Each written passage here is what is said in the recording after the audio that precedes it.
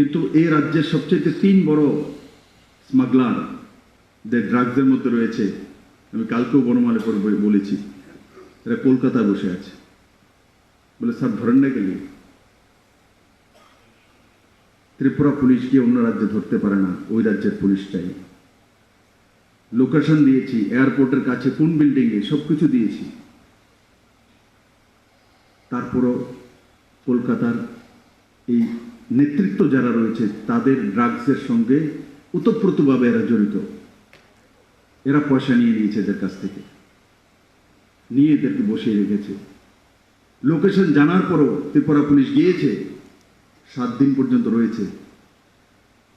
জানকারি আছে আমার কাছে, এখানে আছে, আমি নিজে জানি, এই ইনফরমেশন আমি দিয়েছিলাম পুলিশকে।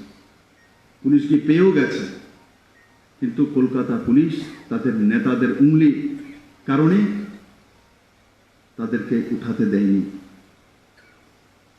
কিন্তু এটাও ঠিক, ত্রিপুরাতেও আমি তাদেরকে আসতে দেব না যারা ড্রাগস ব্যবসায়ী। এরা অনেক চেষ্টা করেছে অনেকভাবে যে ত্রিপুরাতে আসবে, পার্টিতে এত ডোনেশন দিয়ে দেবে, এই করবে বিভিন্নভাবে। আপনারা জানেন না ত্রিপুরাতে এই যে ব্রাউন সুগার এবং ইনজেকশন যে নেয় তার অবস্থা কি আছে।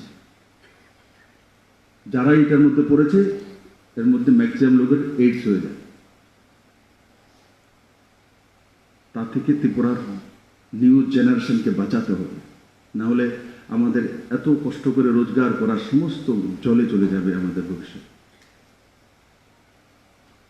আর ওদের ওই ব্ল্যাক যারা স্মাগলার, ড্রাগ স্মাগলার, তাদের কাছ থেকে টাকা নিয়ে এসে এখানে রাজনীতি করতে আসে, ত্রিপুরার মানুষকে টাকা দিয়ে কিনতে চায়। ও টাকা তাদেরও নয়, ত্রিপুরার মানুষেরকে ধোকেদারি করে ত্রিপুরার মানুষকেই ছেলে মেয়েকে ভবিষ্যৎকে নষ্ট যারা করছে তাদের রাখওয়ালা, তাদের কাছ থেকে পয়সা নিয়ে এসে আবার ত্রিপুরাতে এসে ত্রিপুরার ভবিষ্যৎ জন্মকে নষ্ট করতে চায়।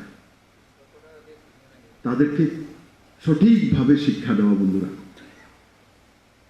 আমি কোনোদিন কল্পনা করতে পারিনি রাজনীতিতে এত খারাপ লোক হতে পারে।